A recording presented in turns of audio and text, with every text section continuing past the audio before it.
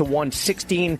The Grizzlies over the Jazz 122 to 115. The Rockets beat the Suns 111 to 104. The Clippers over the Heat 119 to 104. The Raptors beat the Sixers 118 to 105. Oklahoma City scored a 118-112 win at Boston. Shai Gilgeous-Alexander had 34 points, 33 of them lost for Jason Tatum. The Hawks beat the Hornets 123 to 110. Trae Young with 35 points. Bundle auto and home, renters or condo, and save with Progressive. That's the Sports Grid Sports Flash. I'm Chuck Sanders.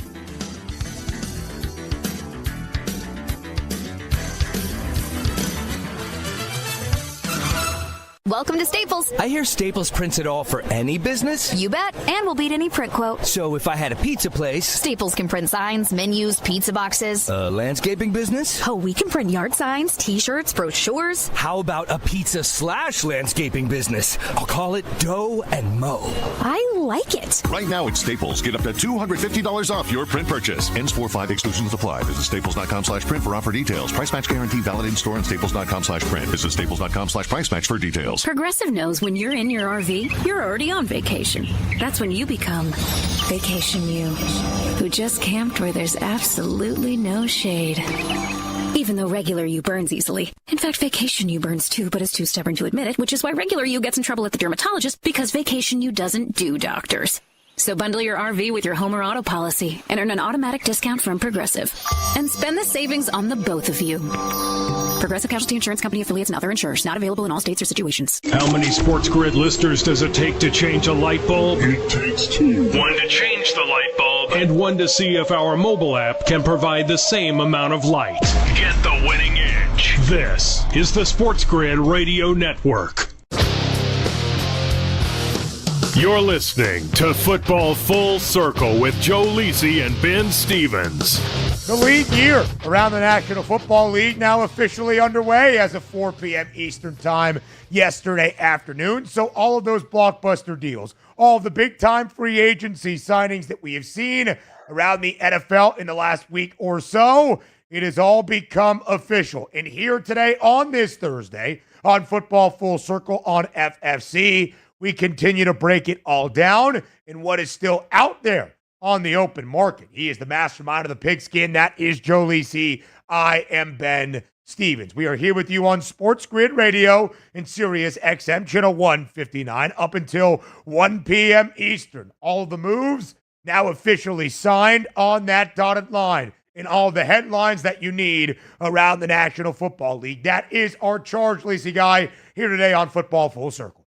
Yeah, and I think the news surrounding, the NFL right now is the quarterbacks and the players that haven't signed with particular teams, right? Most notably Aaron Rodgers, the reports he's walking on the beach, clueless, in Seattle, doesn't know where he wants to go, if he's wanted. The circus surrounding Aaron Rodgers continues to just circulate throughout the NFL media. But we saw other teams in terms of Philadelphia solidify certain roles. We saw Gainwell go out the door. We saw them sign A.J. Dillon, which was, pretty interesting signing. Are they going to have a ground and pound type of attack with Saquon Barkley? After you left the other day, I threw up Saquon's numbers in terms of the FanDuel market. They have 12 rushing touchdowns, which I found, pretty interesting at plus 105. Right, which seems like a light number, but now with A.J. Dillon in the mix, and obviously Jalen Hurts, that's minus 200, those are numbers that potentially, could fluctuate over the next 2 or 3 months.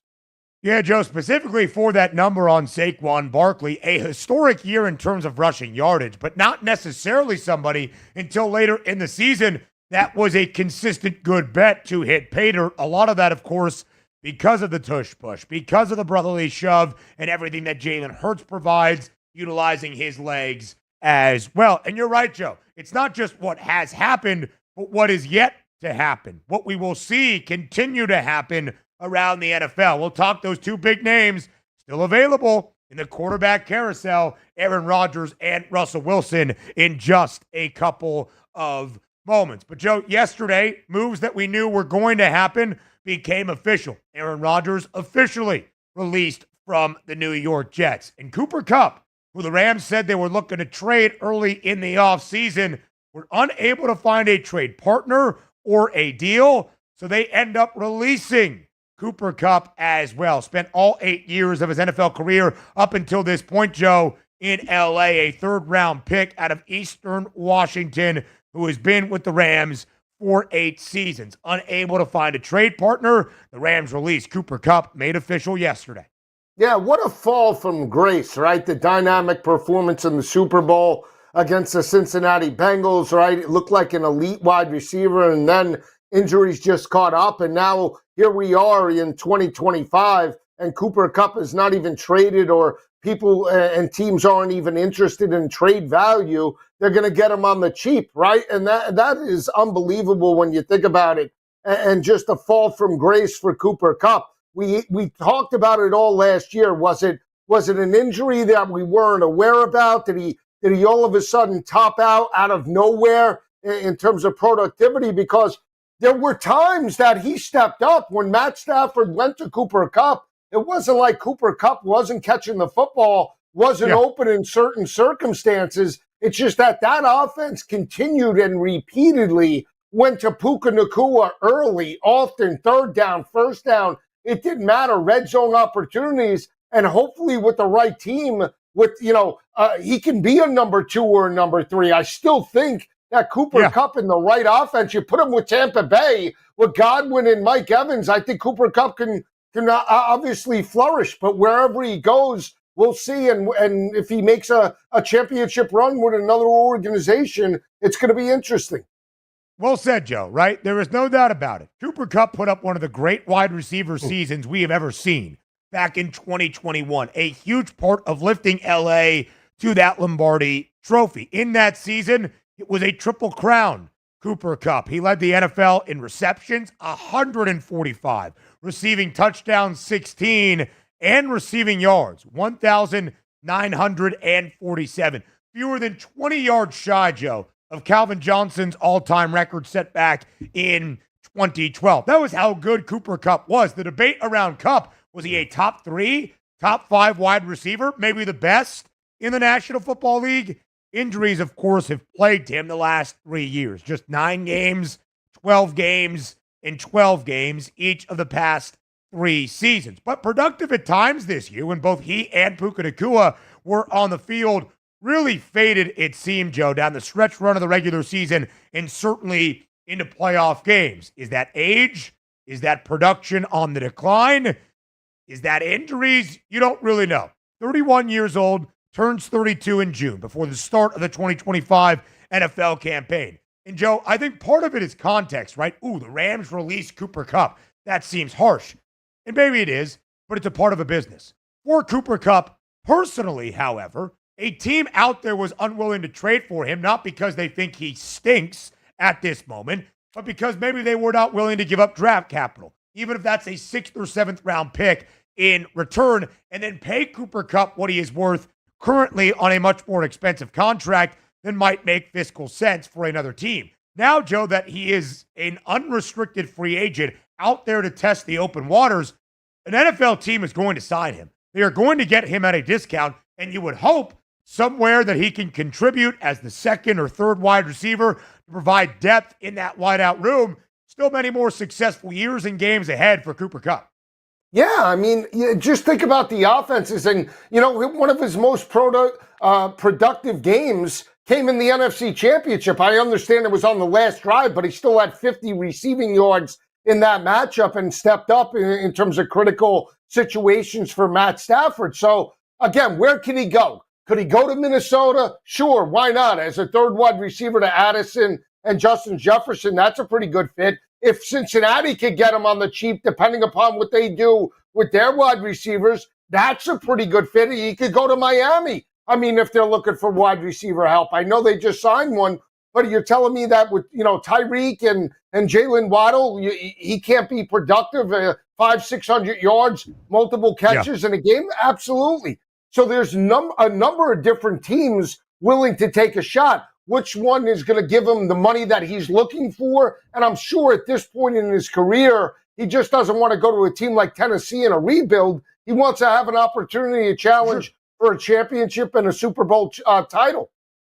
Yeah, and we'll see if he gets that opportunity, Joe. I do believe Cooper Kupp still has some legs. I do believe he would be a positive addition and a beneficial one at that for whatever team adds him, especially one looking to contend. All right, Lisa Guy, outside of Cooper Kupp, some other big news yesterday around the NFL. DeMarcus Lawrence, after spending all 11 years of his NFL career in Dallas, is leaving the Cowboys, signing a 3-year deal worth up to $42 million with the Seattle Seahawks. A 4-time Pro Bowler for the Cowboys, only played 4 total games last year due to injury. Again, veteran, defensive edge, presence for the Seattle team in their restructuring. Seems like a lot of money for a veteran up front for DeMarcus Lawrence, but Seattle making a couple of additions here. Yeah, and McDonald, obviously a defensive mind, knows the type of players that he wants on that side of the football. They still have to build it up. They're going to have to go up with the likes of Arizona, San Francisco, and more importantly, LA in the division. So you need that edge type of presence. If Lawrence could play the way he did a few years ago and you could catch lightning in a bottle, it's worth a shot at this point in the career. Again, injuries last year, only 4 games, a Pro Bowler the year prior for the Dallas Cowboys. The Cowboys also making some more defensive moves and some quarterback conversations coming up next on FFC.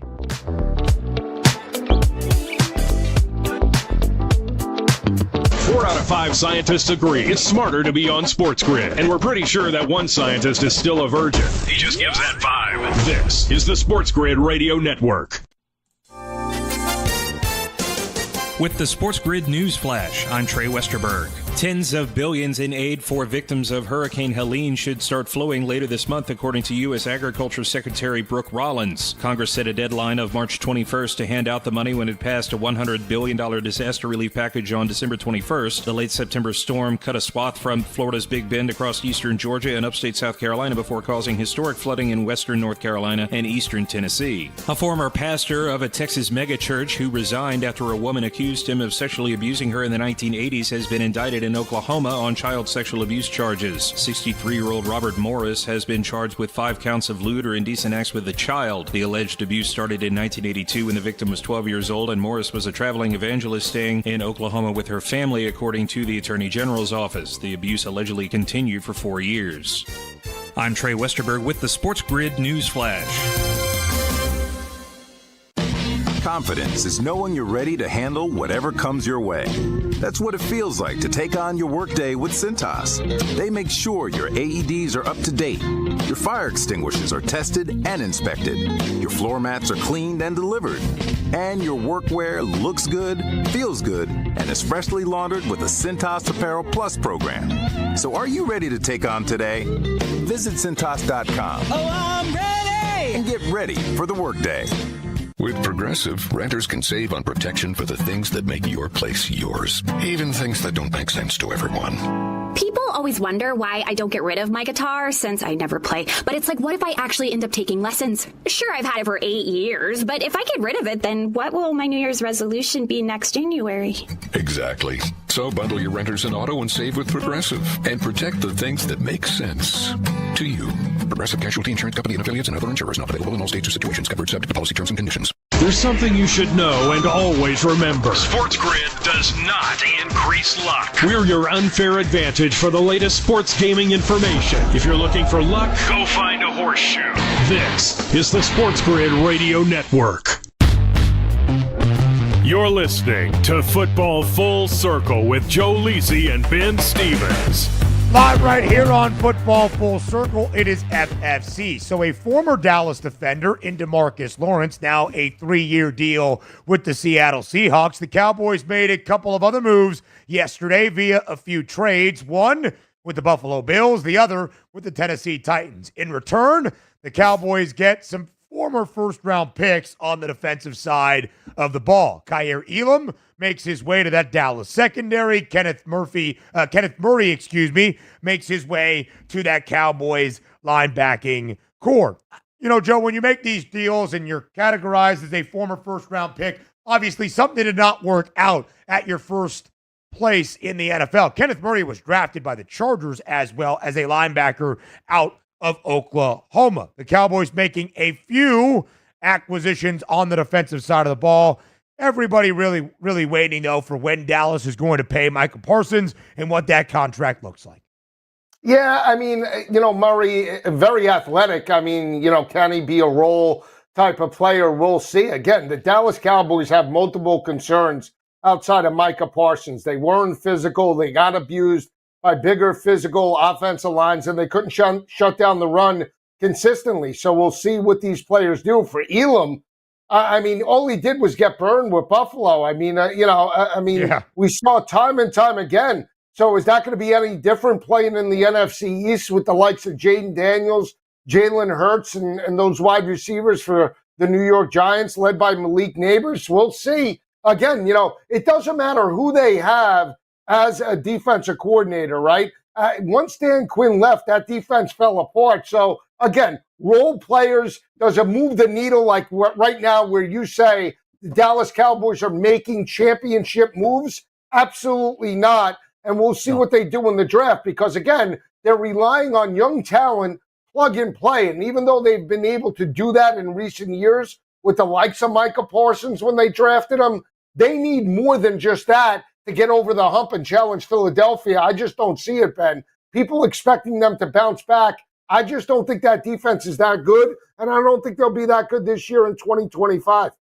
There's also a lot to figure out defensively, Joe, outside of Micah Parsons, to your point. DeMarvion Overshown, who was having a great year last year for Dallas, significant knee injury. When he returns, what that timetable looks like, that's in question. Trevon Diggs, who has been one of the stars opposite DeRon Bland in that Cowboys secondary, a ball hawk to the nth degree. He is facing an uncertain return to the NFL and when he sees the field up next. So you need some of that cornerback depth. You add in Kenneth Murray, who has one more year on his deal that he assigned initially with the Tennessee Titans. And Kaiir Elam, to your point, Joe, was kind of known as a liability in that Buffalo secondary, especially in the AFC title game against Kansas City. As soon as he came in, the Chiefs targeted him all night long. So the Cowboys making a few moves yesterday, none that are really going to change the outlook in Dallas. Joe, some interesting quarterback signings yesterday as well. Not starters, more than likely, but a few. And then one that happened earlier today as well. We'll start with the one yesterday. Mac Jones signing a 2-year, $7 million deal in San Francisco. The Kyle Shanahan School of Reserve quarterback play may be leading to something more. Mac Jones is not going to be the starter for the 49ers, but he can provide some of that veteran experience in the QB room alongside Brock Purdy. 2 years, $7 million deal. Joe, do you like the move for San Francisco? Yeah, I don't mind it. I mean, Mac Jones performed towards the end of the regular season. Now, part of that, you had an elite wide receiver in terms of Brian Thomas Jr., that all you had to do was throw it within his vicinity, and it was a definite catch and yards after catch as well. But at the end of the day, think about some of the quarterbacks that they have had there in terms of the backup role, right? You look at Sam Darnold. You look at, they had Beathard there for a period of time in terms of San Francisco, more of game managers. And it's the same thing right now in terms of Mac Jones. If they could actually get more and coach him up, now they have an asset in terms of the backup role for Brock Purdy. So not a bad signing. It's not costing you an exorbitant amount of money. He's a veteran. He's battle-tested now. And with that talent, hopefully around him, he can elevate his game depending if he's called upon or if Brock Purdy suffers an injury. So I don't mind it. But again, a lot of these teams, Ben, when we saw the drop-off in terms of quarterback 1 to quarterback 2, some of these teams are in complete disarray. San Francisco's done a pretty good job in recent years backing up Brock Purdy and their starters. Yeah, it's really interesting, Joe, as well, to see where this San Francisco team is right now. The biggest question for the Niners to answer is a couple of extensions for this team. Of course, Brock Purdy, when is he paid? How much money is he paid? What does fair market value look like for Purdy at the quarterback spot? The Niners have had him on a great discount, of course, as the final pick of the 2022 NFL Draft the last 3 seasons. And George Kittle is coming up on the final year of his extension. They paid Brandon Ayuk last offseason. They paid Nick Bosa. They paid Christian McCaffrey. There's not a lot else out there to spend for the 49ers, who have seen a ton of guys leave this offseason, Joe. Deebo Samuel, Javon Hargrave. They have seen all of these guys kind of make some moves Talanoa Hufanga, once one of the leaders in that defensive secondary for the Niners. And yet, Joe, as the conference odds are now available on the FanDuel Sportsbook, San Francisco, third best price in the NFC. The Eagles, the short favorites at 3-1. Detroit plus 480, second best number to win that conference championship. And there are the 49ers at a plus 650 price. We know the odds makers are always optimistic about a San Francisco team. And frankly, prior to last season, they should have been. 4 NFC championship game berths in a 5-year span with 2 Super Bowl bids to show for it. And Joe, that's the expectation for the 49ers once again. Do you think they'll match it? I don't know, Ben. I wouldn't bet it now. And the reason why I wouldn't bet it is let's look at the offensive pieces that they do have, right? They're counting on Christian McCaffrey potentially making a complete comeback and being 100%. Yep. And they're expecting Brandon Ayuk to do the same. Those are 2 huge pieces that if those players don't come back to 2 years ago in that type of form and productivity, they're just a middle-of-the-road offense. And that's the concern. Even though the value is there on the board, I wouldn't bet it right now. Yeah, and it is interesting as well, Joe, because you have a Christian McCaffrey who has dealt with injuries coming back from Achilles tendonitis, never something easy to work through. More quarterback news on the other side of the break on Football Full Circle.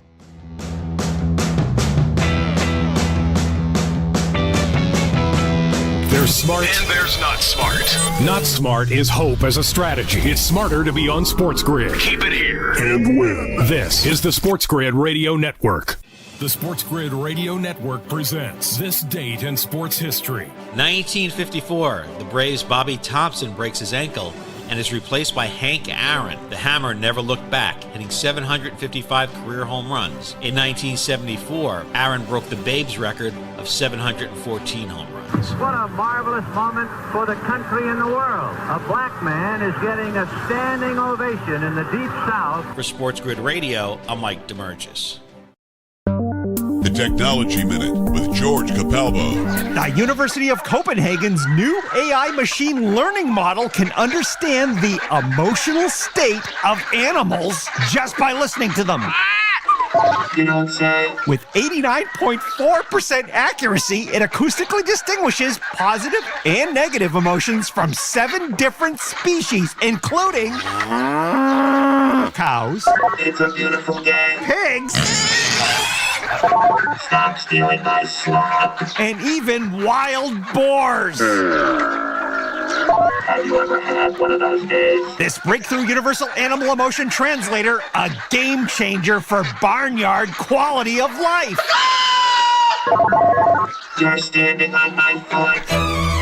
Follow me at G. Capalbo on X and stay tuned to The Technology Minute for more cool stuff like this. The early line. Still find it interesting that the Chiefs are the second favorite. The Chargers got infinitely better this offseason, and I will absolutely be firing on the Chargers to win the AFC West this year. I'll do it again. Ooh. I will do it again. So write it down. You heard it here first. Save the tape. We can mark it down on March 12th, first day of the league year. Zeno told you the Chargers are winning the AFC West this year. That is the bet to make.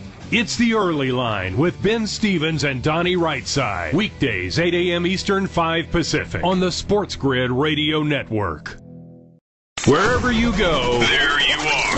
Download the SportsGrid mobile app and we'll be right there with you. So now you can get the winning edge anywhere. Even while the wife's talking to you. If you've got an earbud. This is the SportsGrid Radio Network.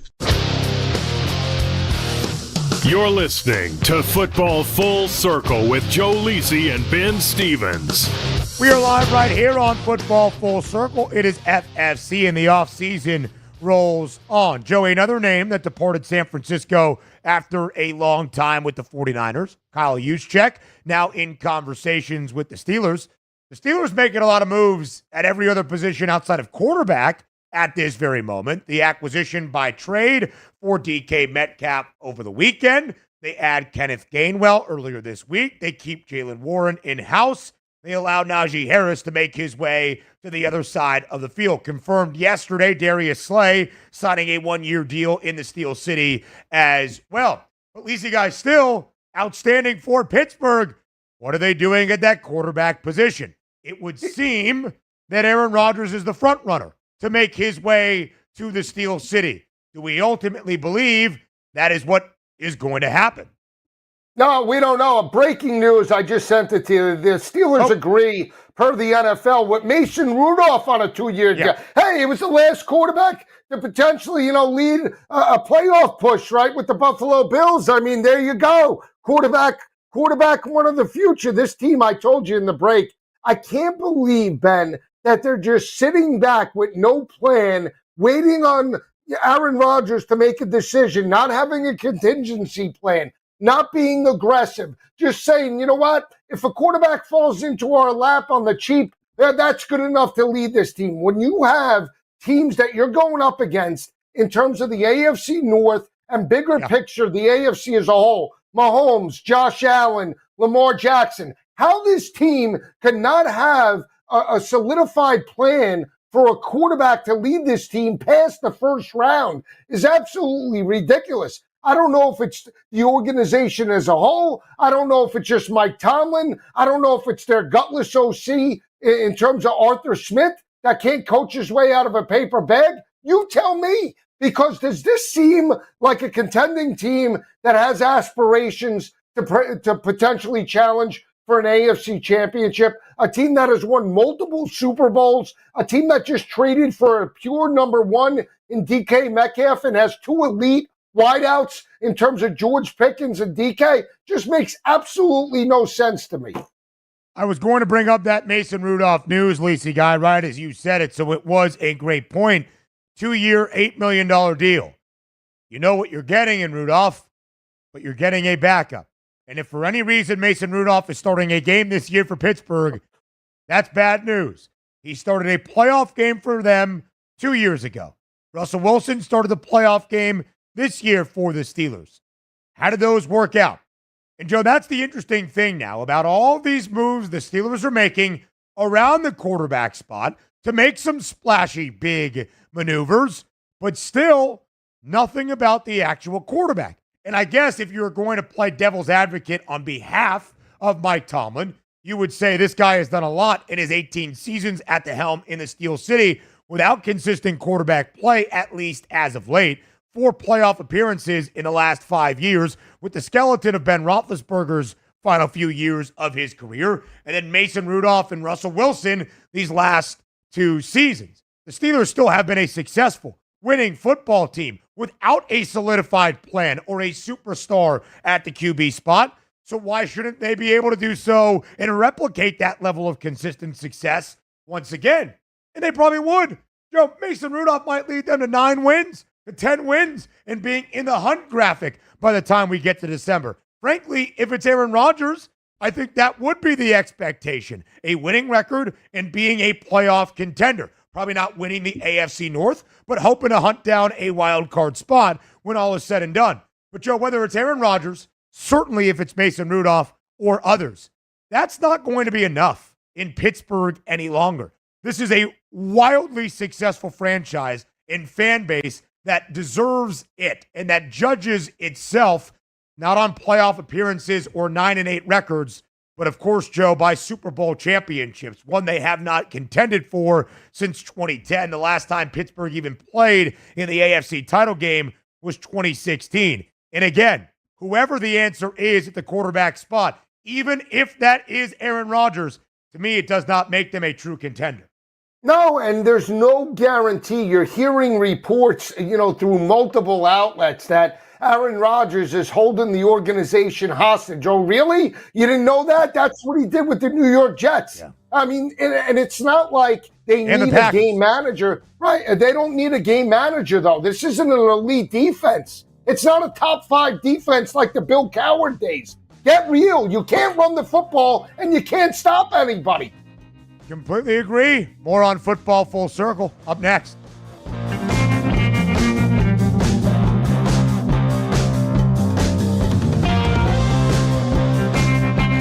The winning winning edge. You've got it. But not everybody has it, because not everybody listens to us. But we're working on that. This is the Sports Grid Radio Network. Progressive presents the Sports Grid Sports Flash. I'm Chuck Sanders. Women's hoops on Wednesday. Triple overtime. San Diego State beat Wyoming 72-68 to capture the Mountain West Championship. Montana State beat Montana 58-57 to win the Big Sky. South Florida 69-62 over Rice to capture the American. NCAA men's McNeese beat Lamar 63-54 to win the Southland. American over Navy 74-52 to win the Patriot League. On the schedule today, number 1 Duke takes on Georgia Tech. Number 2 Houston looks to get past Colorado. Number 6 St. John's squares off with Butler. One battle with 2 ranked teams today. Number 12 Iowa State battles number 17 BYU. NFL free agency, the Rams have released Cooper Kupp after failing to trade the star wide receiver. Receiver Mike Williams has signed a 1-year deal with the Chargers. QB Mac Jones has signed a 2-year contract with the Niners. Bundle auto and home, renters, or condo and save with Progressive. That's the Sports Grid Sports Flash. I'm Chuck Sanders.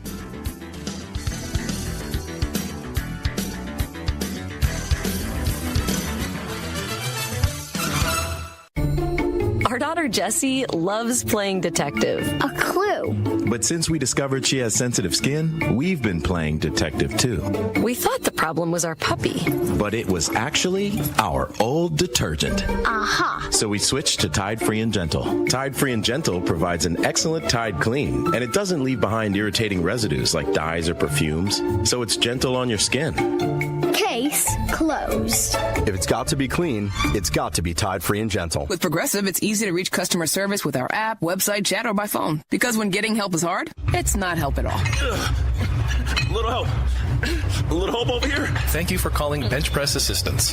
What? Due to excessive gym volume, all available spotters are currently lifting heavy weights off the chests of other bench pressers.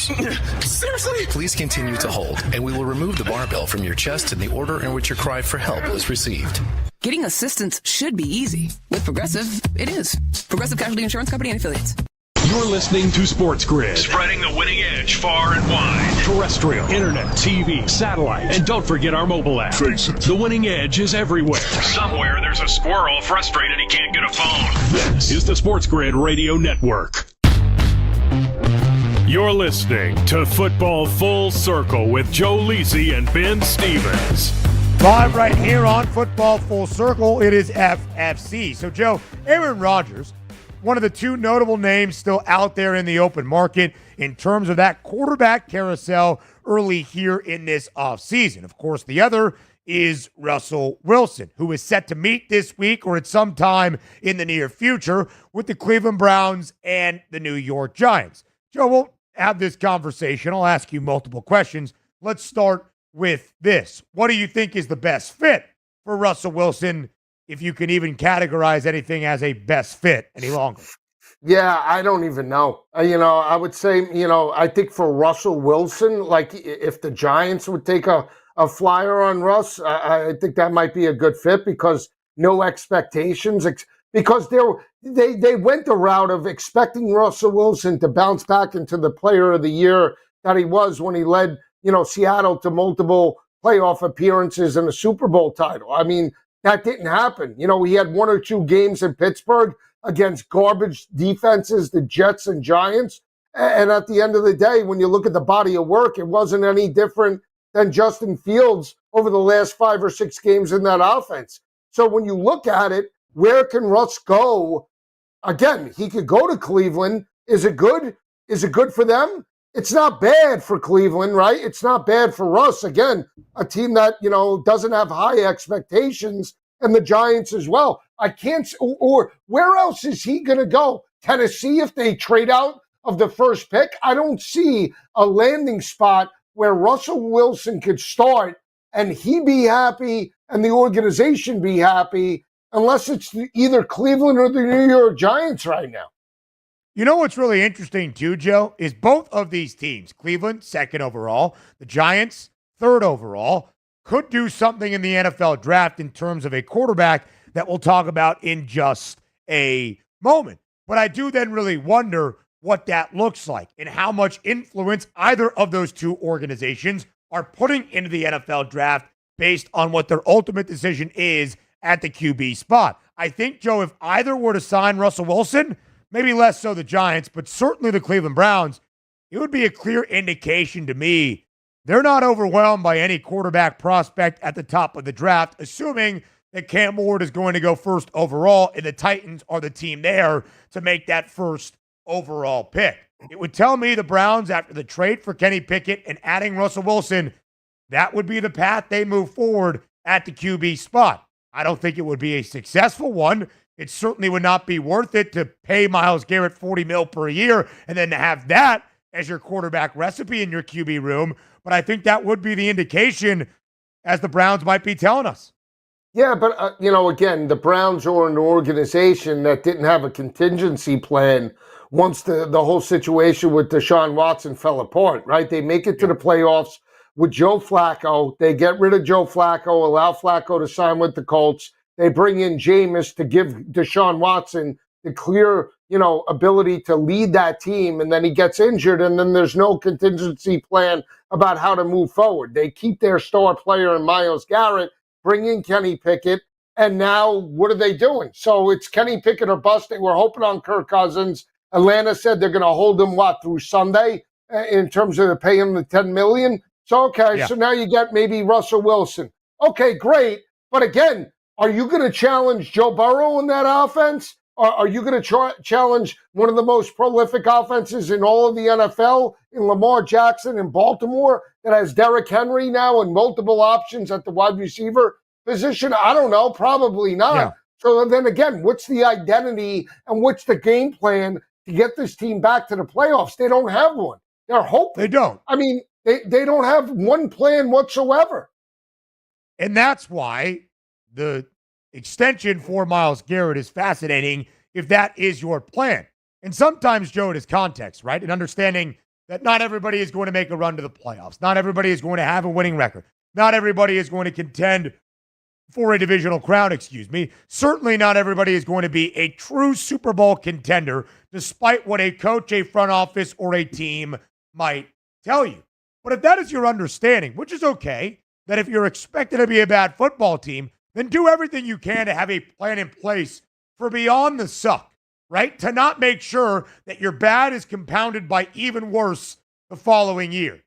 And if that's what the Browns are doing, Kenny Pickett, Russell Wilson in the quarterback spot, after paying Myles Garrett and not trading him for what would have been a king's ransom in terms of draft capital to go along with their own second overall pick, then things are really bad in Cleveland. Not that they haven't been. The Browns, of course, are a fan base in desperate need of something positive going on. If Russ were to go to the Giants, that's an interesting one as well, right? Because in the 2025 scope of things, Russ goes to the Giants, not amongst expectations, probably a 5 or 6 win football team. That's it. Joe Shane fired, Brian Daboll fired. We start afresh in 2026, hopefully in the Arch Manning sweepstakes in the quarterback of the future.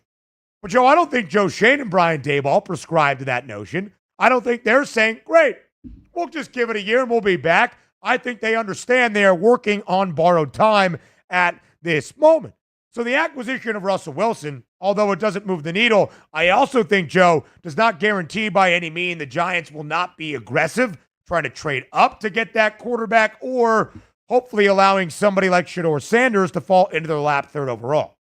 Yeah, I mean, that's interesting, too, because I don't believe Shane and Daboll, from an offensive perspective, have drafted all that bad, right? Malik Neighbors, Theo Johnson, Tyrone Tracy, they were all, I mean, they have a ton of upside, right? They had Wan'Dale Robinson a couple of years ago. So at the end of the day, the offensive side of the ball really hasn't been all that bad. So you hope that you could build on that depending upon how they attack this coming draft in 2025. Is it going to be more offense and quarterback centric, or is it going to be more defensive based to potentially challenge the likes of Washington and obviously the Eagles in the East? I don't know how they attack it, but they do have to have a win now mentality. So the only way they can have a win now mentality, though, Ben, is if they have competent quarterback play. You take Shedeur and Cam Ward, you're expecting them to have Jaden Daniels type of success. And we know that's not the norm, right? That's, a lot of these teams, and I'll go back and I'll throw in Cleveland. You know what the problem is that it's one-way thinking. They always look at the positive side. Well, if A happens, then B happens. They never look at the what if. What if it doesn't work out? What's the backup? What if our player that we selected in the top 5 doesn't live up to expectations? What's the contingency plan? Good teams like the Eagles have backups and have that type of plan already in place. The garbage teams throw things at the wall and say, you know what, we'll worry about it when it happens. Yeah, it's a really good point, Joe. They don't have the financial flexibility to make the maneuvers necessary. They don't have a succession plan in place, if you will, to have that drafting strategy. To your point, Joe, not all of the lack of success is on Joe Schoen and Brian Daboll in terms of drafting, but of course it will fall on their sword when it's Schoen and Daboll that paid Daniel Jones the extension, only to have him go less than 2 years into that deal. And, of course, watching Saquon Barkley walk to Philadelphia, have a record-setting season, and help the Eagles win a Super Bowl. It will be their jobs on the stake because of it, and that's just the reality of the situation. But I don't think, Joe, they're thinking, all right, we're firmly in a rebuild. We'll see what happens here. They understand that both of their livelihoods are on the line entering 2025. Joe, we had this conversation on the early line today. I want to broach your opinion on it, and we'll continue to discuss on the other side of the break. There's a lot of conversation right now around Shedeur Sanders. It seemed pretty crystal clear that at the end of the season, you had 2 quarterbacks worthy of a first-round grade, at least a top 10 kind of grade in the opening round, in Cam Ward and Shedeur Sanders. And you had 2 desperately needy teams in terms of a quarterback that were selecting 1 and 2 in the draft, the Titans and the Browns. Maybe it's not that crystal clear right now. We'll talk about it up next, live right here on Football Full Circle.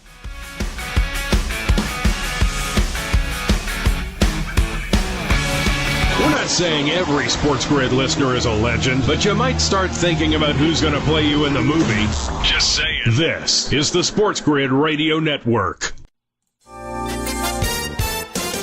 With the SportsGrid News Flash, I'm Trey Westerberg. Tens of billions in aid for victims of Hurricane Helene should start flowing later this month, according to U.S. Agriculture Secretary Brooke Rollins. Congress set a deadline of March 21st to hand out the money when it passed a $100 billion disaster relief package on December 21st. The late September storm cut a swath from Florida's Big Bend across eastern Georgia and upstate South Carolina before causing historic flooding in western North Carolina and eastern Tennessee. A former pastor of a Texas megachurch who resigned after a woman accused him of sexually abusing her in the 1980s has been indicted in Oklahoma on child sexual abuse charges. 63-year-old Robert Morris has been charged with 5 counts of lewd or indecent acts with a child. The alleged abuse started in 1982 when the victim was 12 years old, and Morris was a traveling evangelist staying in Oklahoma with her family, according to the Attorney General's office. The abuse allegedly continued for 4 years. I'm Trey Westerberg with the SportsGrid News Flash. Confidence is knowing you're ready to handle whatever comes your way. That's what it feels like to take on your workday with Cintas. They make sure your AEDs are up to date, your fire extinguishers are tested and inspected, your floor mats are cleaned and delivered, and your workwear looks good, feels good, and is freshly laundered with the Cintas Apparel Plus program. So are you ready to take on today? Visit Cintas.com. Oh, I'm ready! And get ready for the workday. With Progressive, renters can save on protection for the things that make your place yours, even things that don't make sense to everyone. People always wonder why I don't get rid of my guitar since I never play. But it's like, what if I actually end up taking lessons? Sure, I've had it for 8 years, but if I get rid of it, then what will my New Year's resolution be next January? Exactly. So bundle your renters and auto and save with Progressive and protect the things that make sense to you. Progressive Casualty Insurance Company and affiliates and other insurers not available in all states or situations. Covered subject to policy terms and conditions. Ask any player and they'll tell you any advantage is important. That's where we come in. SportsGrid delivers gaming strategies and analysis 7 days a week. The winning edge. It's your advantage to more winning more often. This is the SportsGrid Radio Network. You're listening to Football Full Circle with Joe Lisi and Ben Stevens. Live right here on Football Full Circle. It is FFC. So the quarterback conversation continues. Now looking at the NFL draft. Because, Joe, outside of Aaron Rodgers and Russell Wilson, depending on how you think of both those quarterbacks, not much else out there in terms of the QB market, and still a ton of teams. The Titans, the Browns, the Giants, the Steelers, that have to address that QB conversation and question this offseason. The next big event now officially underway in the league year that began yesterday afternoon around the NFL, the 2025 NFL Draft, opening round Thursday, April 24th in Green Bay, Wisconsin. Titletown, USA. And Lisi, right before the break, I mentioned, it seemed rather picture perfect, right?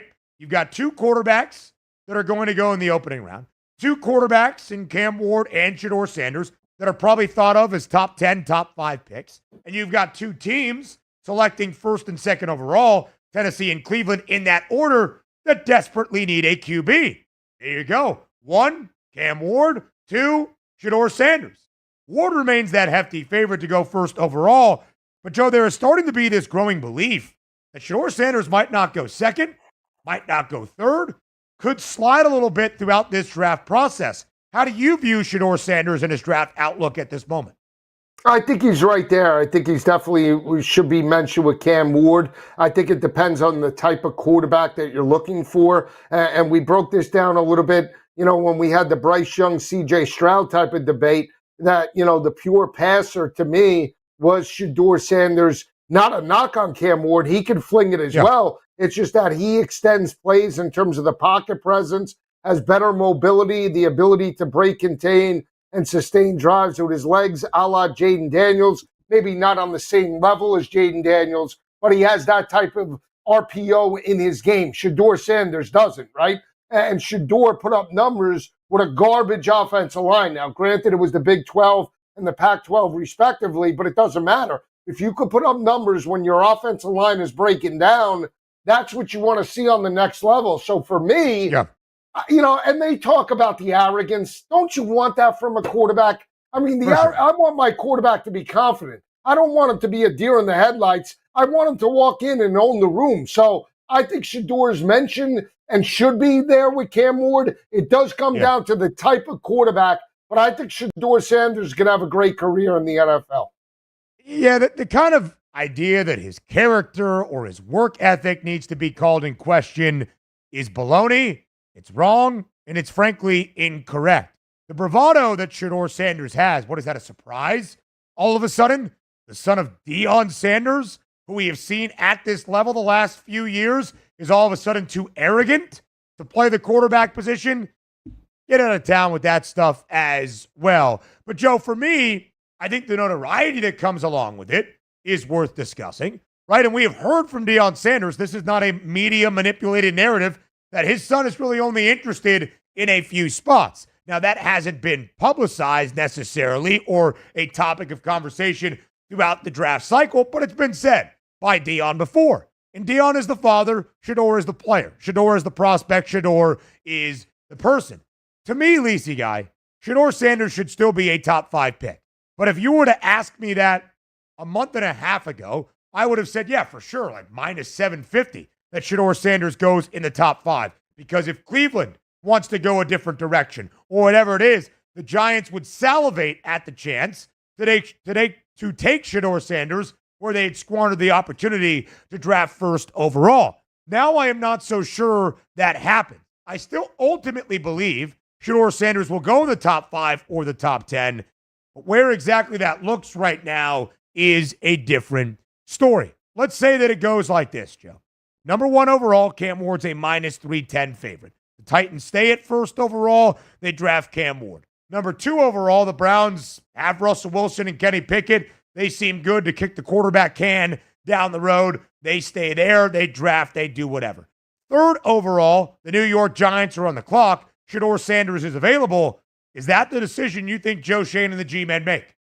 Yeah, I mean, again, why not? They might not make it because their backs are against the wall and they screwed up the Daniel Jones situation. But if they have the organization's best interest in mind, they would take Shedeur Sanders if he's available. So, again, we talk about, yes, it would be great if Arch Manning and the Arch Manning sweepstakes come out and the Giants are in a position to get Arch Manning. So what you're saying is that Arch is going to play the whole season. He's going to go through unscathed. He's going to have a great season. The Giants are going to lose, lose almost every game, and everything is going to fall your way. Hoping on that, you can't worry about 2 years. You have to worry about now and what's in front of you. And the best thing that's in front of you is you have a top 3 pick. You have the ability to take the second or first best quarterback in this draft class, whether they're as elite as last year's class, doesn't matter. You try and build them and see if you could pick that guy as opposed to kicking the pail down the road for 2 or 3 years and just hoping. That's a terrible way to run an organization. That's the way they've done it over the past couple of years. Now they have to pick their shot and pull the trigger. I think it's a great point, Joe. And Scott Wetzel made a similar one on yesterday's show as well. You think it's so easy to suck and to tank and to do things in football, unlike basketball. Basketball, you can stink. You can be bad and you will be in the lottery. Football is very different because of the aggression and the physical nature this sport demands, week in, week out. So you think that if you miss out on a quarterback this year, that good riddance to Joe Shade and Brian Daboll, a new regime, a new era of New York Giants football starting in 2026. We'll draft first overall. We'll have a great new head coach, a savvy new GM. All will be good. It is never that cookie cutter. It is never that easy. It is never that smooth of a standard to follow. So I agree, Joe, with you. If the option is out there to get a quarterback, the New York Giants should, and I believe would, certainly answer that call and take a QB. It does, though, seem, Joe, that whoever is the team drafting first overall, Cam Ward is going to be that pick, minus 310, to be that first overall selection at this moment. More on Football Full Circle comes your way up next, live right here on SportsGrid Radio.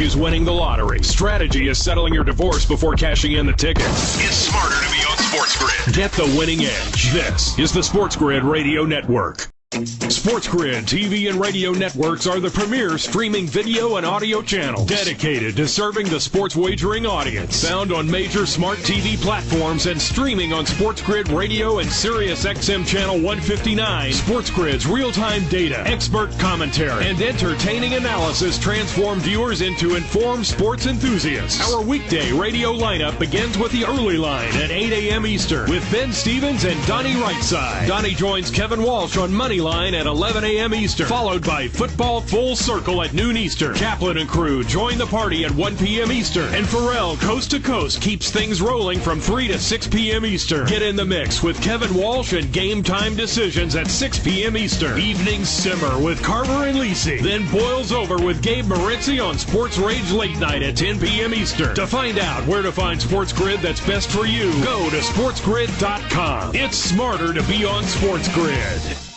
Imagine combining the exciting investment opportunity of cryptocurrencies with the power of artificial intelligence to maximize your IRA, 401k, or other investment funds. Listen, if you're looking for ways to accelerate your retirement growth, Block Trust IRA has market-leading strategies and solutions for all levels of investors, from $1,000 to millions. And they partner with Bitcoin Magazine's #1 crypto trading fund in the world to maximize your returns. Plus, their team of IRA specialists is here to help you roll over your IRA or qualified retirement account to the new world of cryptocurrency investments. So make this free call right now to set up your account and learn more. 800-434-5313.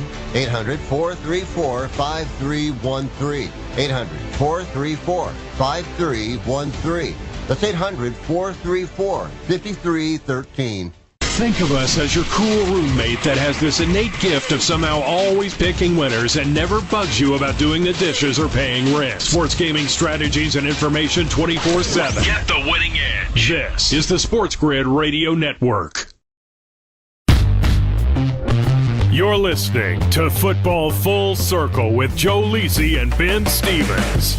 Live right here on Football Full Circle. It is FFC. One more segment together here before we round out our opening or our hour here on Football full circle. All right, Lacey guy, as we go around the National Football League, a ton of maneuvers that we might see throughout these next few days. We will wait to see what happens with Aaron Rodgers, Russell Wilson, what exactly the Falcons do with Kirk Cousins if he is on the roster. Come Monday afternoon, he is owed an additional $10 million. Another couple of moves yesterday. Wide receiver Mike Williams returning to the Chargers on a 1-year deal. The Bolts adding a lot of wide receiver help for their young quarterback, Justin Herbert. Of course, they have Ladd McConkey. They have made a few moves this offseason. They should look to be much better, Joe, at that wide receiver room this year for LA.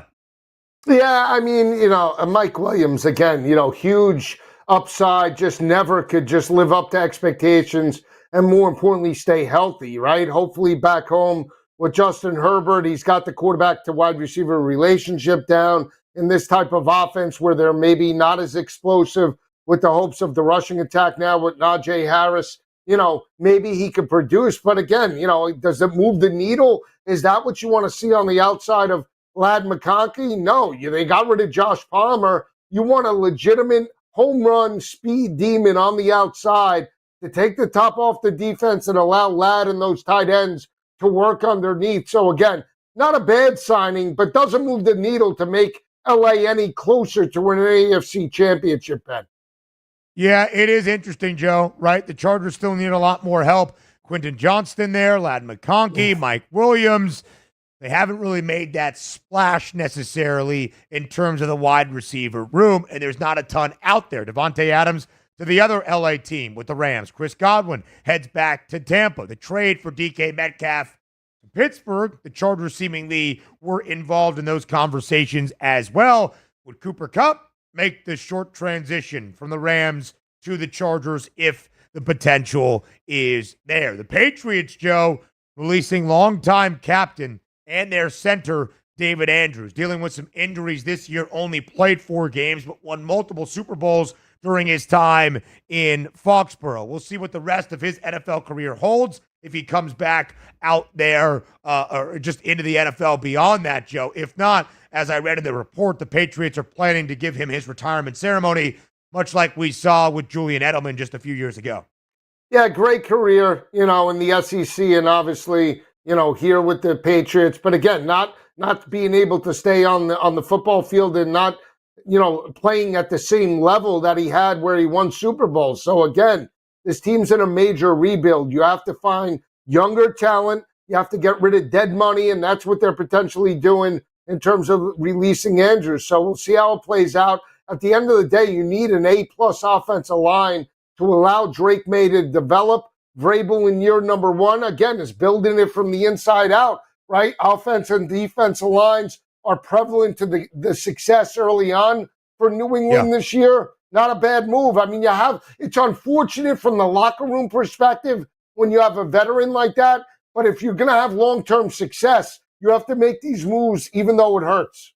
Yeah, absolutely so, Joe. In Philadelphia, right, the Eagles, the Super Bowl champs, who had made so many shrewd moves last offseason, hoping that they can find another. They had to watch a couple of key contributors defensively, Josh Sweat and Milton Williams, go out there on the opening few hours of free agency and get a big deal. Sweat signing a 4-year, $76 million deal in Arizona. Milton Williams, 4-year, $104 million with the Patriots. Much larger probably than Philly could afford. They're hoping to find something outside of that. The Eagles reached an agreement today on a 1-year deal with former Chiefs pass rusher Joshua Uche. He provided some depth for that Kansas City D-line, now makes his way to Philly.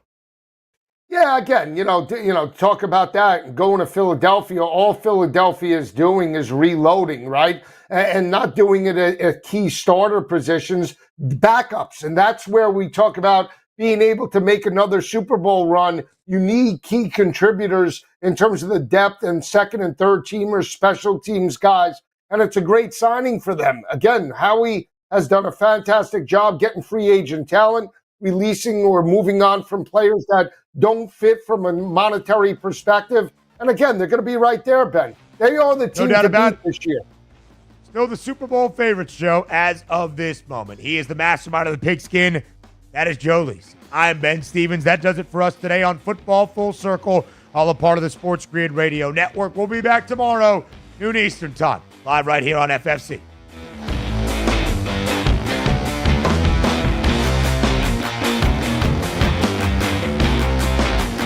Now you've done it. You found the advantage for gaming, odds, and more.